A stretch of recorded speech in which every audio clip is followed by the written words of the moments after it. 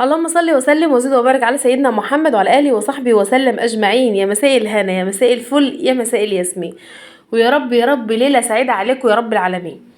انت بتعمل ايه احلام؟ كان عندي عزومه، هما اتنين بس، عدد شخصين اتنين بس. عزومه كده لطيفه وجميله ولذيذه، ومش عزومه لان هم اهلي وحبايبي، وكنت سعيده جدا جدا بوجودهم. يا رب يديمهم نعمه في حياتنا. اول حاجه عملنا ايه؟ معانا بطه زي الفل كده، شهد منور. طبعا شايفين الليمون منقوع بالمحلول الملح بتاعها، خل وملح وليمون وطماطم كمان ومعلقتين دقيق. المهم لازم البط ده يكون بنسبه 100%، 200%. الزفاره من هي منه خالص، لان مهما دلعت البطه بتاعتك وحشتيها، وان شاء الله يا رب حشتها بطه بطه حشتها بطه، بس فيها ريحه زفاره، خلاص الموضوع انتهى وما تحبيش ان انت تيجي ناحيتها اصلا. اهو دلوقتي عملنا ايه؟ عملنا المرتة الدمياطي، احنا معروفين بالمرتة بتاعت البط، من غير اي خلطة خالص. في ناس بتحط معاها رز، في ناس بتحط معاها لسان عصفور، فريك، زبيب، بتحط ممكن لحمة مفرومة، بتعمل اللي انت نفسك فيه. انا بس هنا عجبتها وجبت قطعت الكبدة فيها وشكرا على كده. وكمان حطيت معاها ملح وفلفل اسود وكركم، حبة من الكركم صغيرين كده. وهبدأ احشي البطة بتاعتي. اهو شايفين، طبعا انا ما كترتش الحشو قوي علشان انا مانيش هعمل جنبها حاجه، ما بحبش ان انا ايه احط معاها. اللهم بارك يا رب. مش هيتاكل فيها المرت، طبعا انا باكلها، انا بحب المرتة دي جدا جدا جدا جدا يعني. مسكتها بقى، دعكتها من كل النواحي كده علشان كنت هسيبها شويه، كان لسه بدري. فقلت بقى بين الجلد، حتى فصلت كده بين الجلد واللحمه علشان يتشرب منه. المهم بصراحه كان طعمها تحفه جدا. وهقفل بقى بالخله بتاعتي او بالخيط زي ما تحبي، هفضل احارب معاه شويه لحد ما اجيب الرجل التانية واظبطها كده مع بعضها. تمام تمام.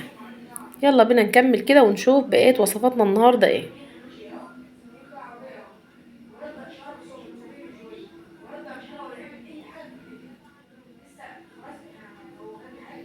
نقفل بقى بالخله كده. وانتي بتشوفيني كده ما ننساش لايك وشير الفيديو واشتراك وتفعيل زر الجرس للقناه. لو بتشوفيني من على اليوتيوب، لو بتشوفيني من على الفيسبوك، ما ننساش اللايك. وبتمنى من ربنا تشوفوا يعني تشاهدوا الفيديو حتى لو 3 دقايق، وسامحوني لو انا محتواي ما بيعجبكوش او اللهم صل وسلم وزد وبارك على سيدنا محمد وعلى اله وصحبه وسلم اجمعين.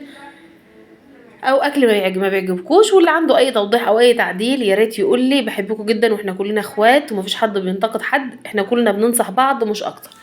جبت الحله بتاعتي على النار، وجبت مستكه وحبهان، وحطيت معلقه زيت واحده، وهبدا اشوح. طب ما بتغليش ميه ليه احلام وتحط حاجتي فيها واحطها؟ لا، انا بحب اشم ريحه الطشه دي، بحب انشف الحوانه بتاعتي، بحب يعني ايه. اهم حاجه التشويحه عندي، الحاجه الوحيده اللي انا بغلي لها ميه، وساعات بعملها على حسب الوصفه اللي انا بعملها، فهي اللحمه. انما فراخ بلدي، فراخ بيضه، بط، لازم التشويحه دي وريحه المستكه والحبهان يوصلوا لاخر الشارع. وكمان بقطع فيها بصله، وبحط ورق لوري، وبظبط الدنيا معايا علشان تاكلي تشربي احلى شوربه. طبعا احنا في الشتاء والشوربه من احب الاشياء الي، وهقول لكم ده في كل فيديو.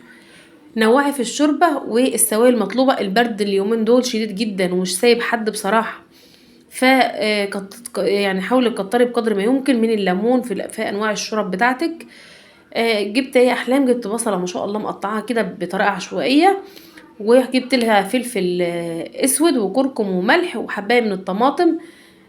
ظبطتها، شايفين الجمال؟ دعكتها كده بقى، واشرب الشوربه بتاعتك وانسي الدنيا وما عليها، وشم ريحه اصلا التشويحه جايه من اخر الدنيا. فانتي كتري من السوائل زي ما قلت لك، اشربي ينسون، اشربي نعناع، اشربي ليمون، كتروا ليمون لان في دور برد. طبعا احنا موسم الشتاء من الصيف، والصيف من الشتاء، ده موسم، ده موسم للبرد، وبيقول لك اهلا بالبرد. فحطينا بقى الحوايج بتاعتنا، طبعا ما فيش حاجه اسمها نرميها، القنصه والكبده والرقبه وحتى الرجلين نضفناها وبقت زي الفل. كل واحد على حسب ما بيحب ياكل. يعني انا عندي في ناس عندي تطبخ البطه كده مخليه من اي شيء، انا بحب الحاجات دي، وعندنا اللي بيحبها تعمليه. كل واحد حر يعمل اللي هو عايزه بالطريقه اللي هو عايزها بدل ما تضرش حد. وبعد كده حطينا الميه بتاعتنا سخنه ساقعه زي ما تحبي، ولو سخنه يكون افضل، هتقلب معاك بسرعه لو مستعجل. وبقى معانا احلى واطعم بطه مسلوقه كده بالمرته، وتحمريها بقى وخد عندك.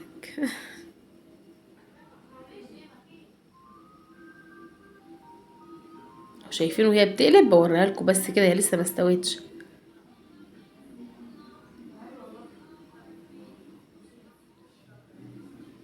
عملنا مع البطه ايه؟ عملنا مع البطه محشي، طبعا صورناه قبل كده كتير. انتوا لو تعرفوا المحشي ده حصل له ايه.